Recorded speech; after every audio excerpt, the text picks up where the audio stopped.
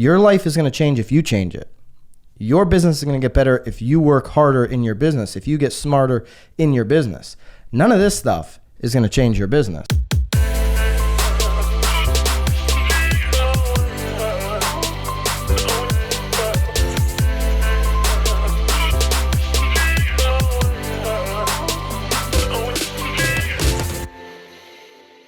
This is Byron and Nicole White, and you are tuned into episode 145 of The Real Word.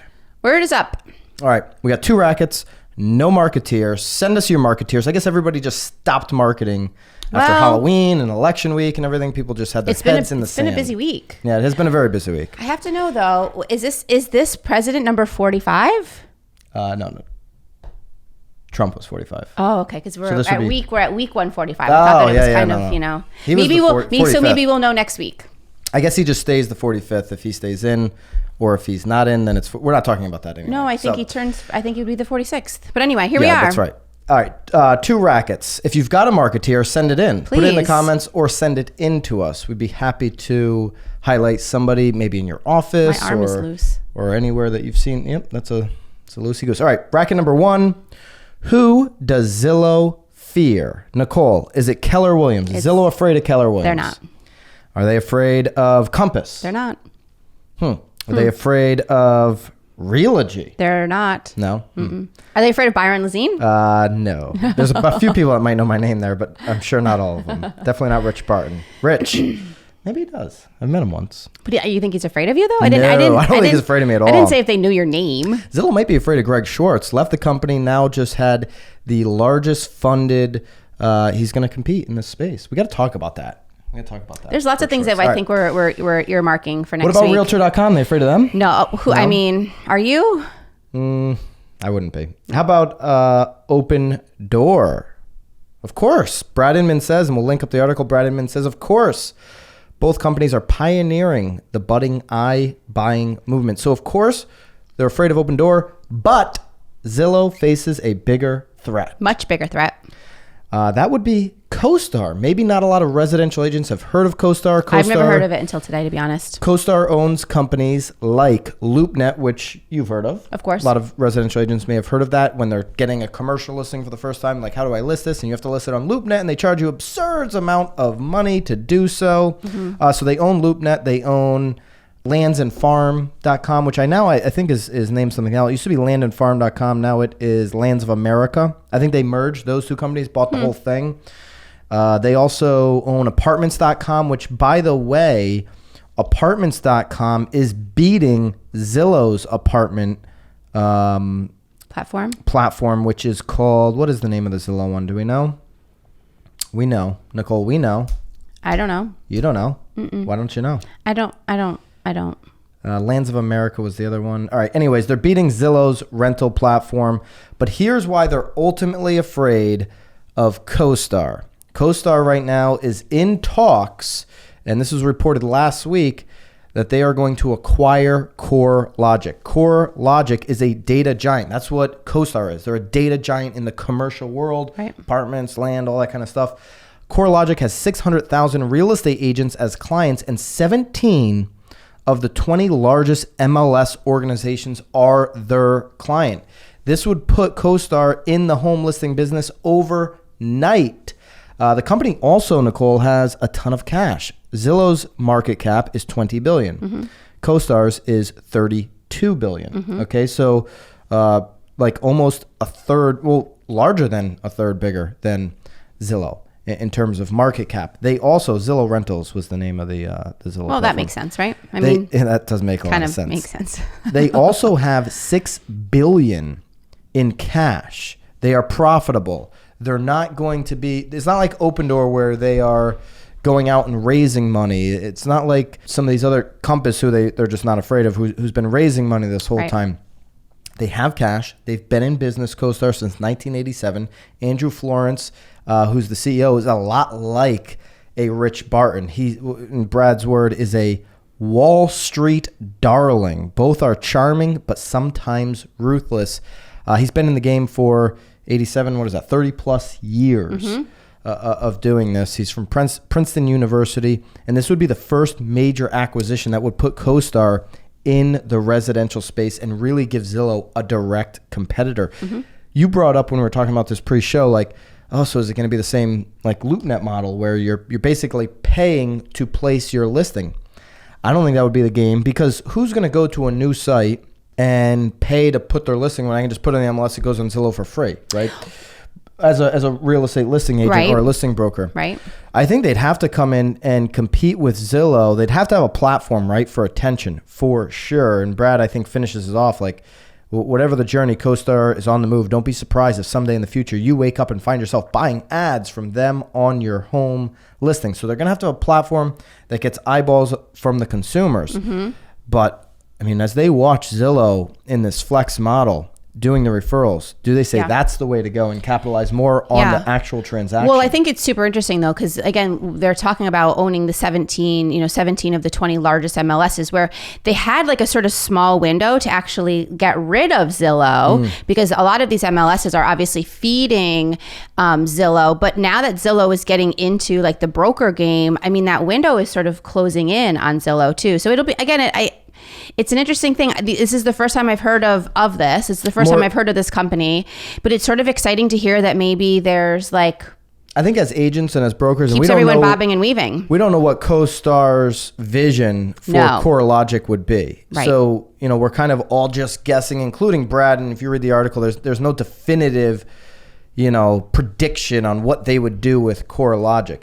That being said, this would be a major competitor. I think we can all agree as real estate agents that a major competitor for Zillow would be healthy in the brokerage community, unless all of this money, I mean, you think about how much money is in Zillow and Redfin, who still hasn't lost money. They even mentioned them as a competitor, but they have a lot of money behind them. Open Door, certainly, who was mentioned, or now a CoreLogic CoStar partnership. If all of this money starts to shift towards the brokerage model that Zillow has, that would really be not good, potentially, for the brokerage community. Certainly for these names that were listed at the top, KW, Compass, Realogy, right? That would be not good for these large brokerages who rely so much of their margin, obviously the mortgage and all of that, but so much of their margin on having all of the agents working for them. But if there's a percentage of agents that are now, which we've seen, Redfin agents, Zillow agents, or potentially, and I'm just totally throwing this out there, CoStar agents. Right. That changes the game considerably. Yeah. Well, and I think most times too, commercial is a little bit more money. CoStar now switching, or not switching, right? They're a CoStar, they're a commercial data company for sure. But now getting into residential, what does that say about the future of commercial business? Are they hedging their bets a little bit? I mean, we've been questioning the commercial business here for a couple of years. Well, of course, and it's now that you think about it, now you think of the temperature of it, it makes sense that they would go after a residential with the way that commercial is. Timing seems good. Timing seems very good right now. So more to watch there. We'll see if that CoStar CoreLogic deal actually gets done. Be very interesting to see what CoStar's vision is for the company. We'll certainly keep you. I think Brad hit it on this opinion piece. We'll link it up. I think it's something to think about, certainly for Zillow. Or at least know about. And certainly something Zillow is going to be conferencing about. I'm certain of that over the coming time here. All right, let's get into racket number 2. Corcoran. Mm-hmm. We know Corcoran. Well, we don't know that. We don't know Barbara, but we know the company, and you know the company. Corcoran drops agent caught trashing Biden signs in a viral video. In a video posted to Facebook and Twitter, Roy Silber can be seen using misogynistic language and flipping off a Biden supporting he's smiling. Look neighbor. at him. He's enjoying his moment there. In this photo, he does happen to be smiling. We'll link up the article. Patrick Kern, staff writer from Inman. Corcoran is disassociating itself with Roy, a Trump supporting New York agent who can be seen. Basically, what he was doing was following around somebody putting up the yard signs in what they claim is legal spots, putting up these Biden signs. He was coming behind there and trashing them. Right. And listen. And openly doing it. We would have talked about this if this was, just to make everybody clear, if this was the reverse. Absolutely. If a Corcoran agent was trashing Trump signs, we would have talked about it. We're not taking any political position here. Which is the point of this racket. Which is the total point of this racket. Absolutely. We're going to give some advice to all the real estate agents and brokers and teams that could be listening or watching this video. This may spark a little bit of an issue. I'm curious to see what everyone has to think, what people think about our advice. This should be like, I don't know, 101? standard. It should be standard. If you're a business operator, an entrepreneur in a local community where you're in the middle of an election week that is very divisive, this should be 101 basics. As a real estate agent in your community, you need to stay away from sharing any national politics 100% of the time, not just during an election 100% week. of the time. Can't even talk today. 100% of the time. So in November, which we're sitting in now, in February, in July, you should never be posting national politics. Now, little caveat to that, if you want to support some local politics, I still wouldn't go supporting certain parties. But if you want to help out somebody locally who has a great vision for your community and you want to help them fulfill that vision, whether they win election or not locally, you want to help support the community, you should be all about that, and you should be showcasing that in a very authentic way. Hey, I'm not here to support the party. I'm here to support this goal of getting this done for our town. Well, and maybe, in all honesty, but I feel like a lot of those times they're already an elected official. So instead of fighting them, help them. You're helping them. You're joining the cause that you believe in, and you're talking about the cause, the change, the improvement to your town. But this kind of stuff, I mean, listen, this guy, Roy, I don't know if anybody in New York can look up his numbers. He probably wasn't much of a producer, by the way. Yikes. If he was, I'm just keeping it real. Roy, if you're watching this, you were probably maybe somebody who sells 2 homes a year, because if you got time to do this, you're not in the game. You're not in real estate. But here's the point. Well, people are very emotional right now. They're very emotional. And for you, listen, you're going to be dealing with people's... That's a great point, Nicole. Nicole. Emotional. Yeah, that's a and great if you point. can't handle your own emotions... Exactly right. Then how are you going to handle theirs? If I'm somebody, a seller who's interviewing people, knowing that this is going to get... Like the sale of my home, this is going to get emotional because maybe my wife is like, oh my gosh. I don't want to sell, or you got kids, or... And you can't handle your emotions on Facebook with what's happening with Trump and Biden, then you're not the person to, like, if you're caught up in that, I don't want you focused on my home sale anyways. Well, how do you even have how do you even have the brain space to even be doing that right now? But the agents that are literally posting their belief, whether it's Trump or Biden, either way, you're an idiot. You're closing out 50%. Listen, we know what the general population was. It was like, I think it was 50% to 48%.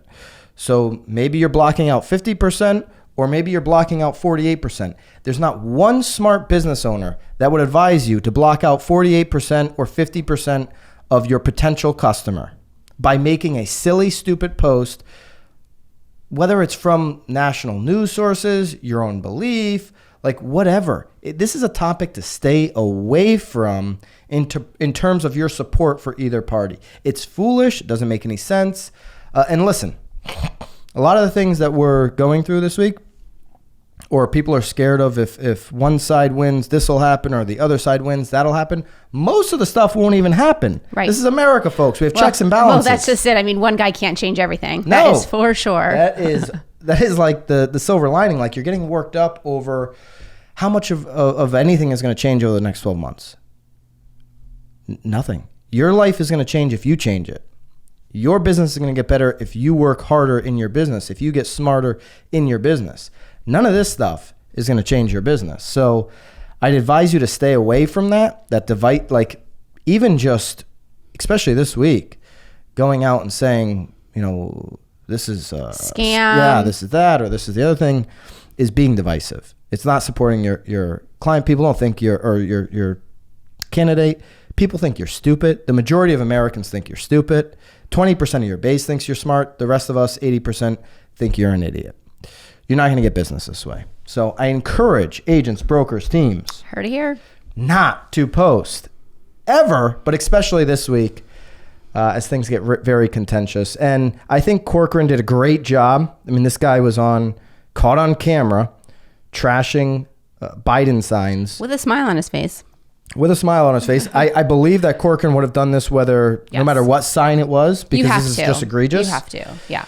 And certainly I think it was the right thing to distance himself. I think Corcoran probably didn't want this to be retweeted 7,000 times, and they don't want it to be on Inman. Right. But it was. Well, the fact that they, even posted him and what company he was with. Yeah. The lady.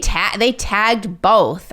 She brought them both down. Mm-hmm. This lady who posted the Twitter, and you can see this, it's in this article. She tagged Joe Biden's Twitter handle. She tagged him. So she basically found out who he was, knew who he was, or whatever. Mm-hmm. Maybe he is a successful real estate agent. She knew how to find his name. I think we should probably do a little more investigating before we really claim he did 2 homes. And then she tags, I just can't imagine. I know. If you're successful, you got time to do this crap. And then she tags Corcoran's Twitter handle. All 3. And I think what's really interesting to me too, though, for both sides, I don't think a sign is a sign if a sign is going to dictate who you're voting for, lordy. That's like the root of the problem to even begin with. I don't understand the yard signs, because there's always 2 candidates. Yeah. I'd love us to have a third, party in this country that actually is meaningful, but there's always 2 candidates, and you drive even here locally, you just see you see one sign, and then the next sign is the next guy or gal, and then it's just like... Right. I guess we would be remiss if we didn't at least acknowledge the fact that we do, though, ultimately understand that there are real issues. People have, there are people that are truly believing in their candidates. So we can't be unsympathetic to that. We get it. We basic human rights and all that. I think I'm not being not. No, I hear you. I know. I feel like we have to say it, because if we don't, I do think that some will probably. Well, you can comment. say it for you. Yeah.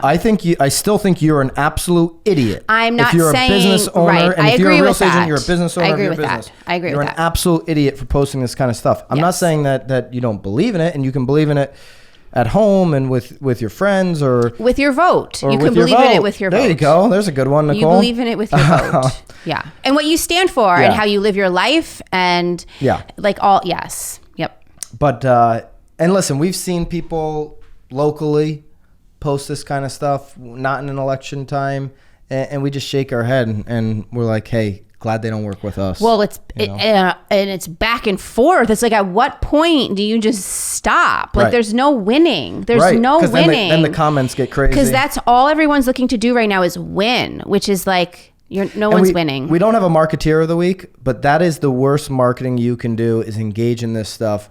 Maybe talk about, I had a text from our number 1 client today, Nicole, real estate developer, asking me what the future of real estate might look like when all this shakes out over the next couple of years. Maybe you can do some research and start to educate your community on what policies would mean for your real estate market.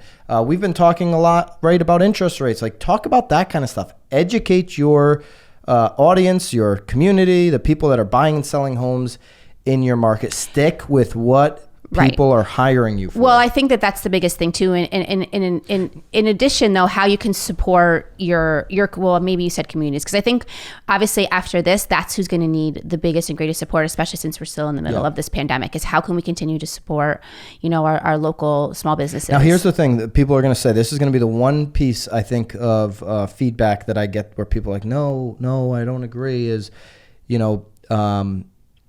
people will often say, well, I'm more than just, you hear from the NBA basketball players a lot, I am more than just a basketball player. I am all about human rights, and I want to be seen as more.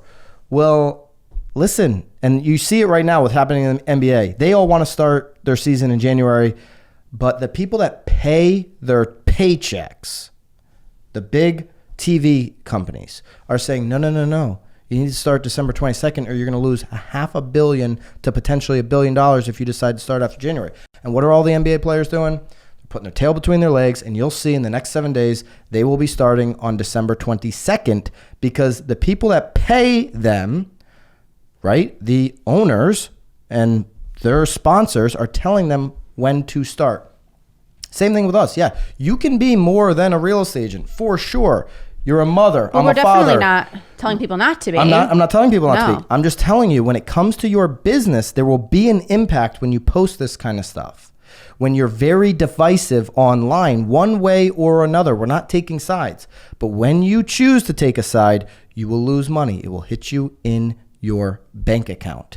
And I advise you, if you actually care about the business, which means you care about the people in your business and the people that are being supported by the business and the revenue that you're creating, you will think twice about it. Right.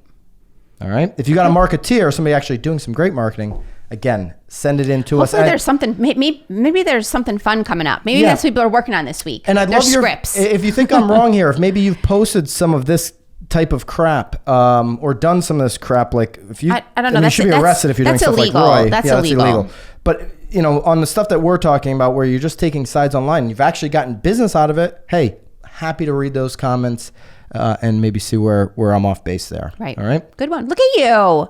Yeah. You're welcoming it. I'm welcoming the comments.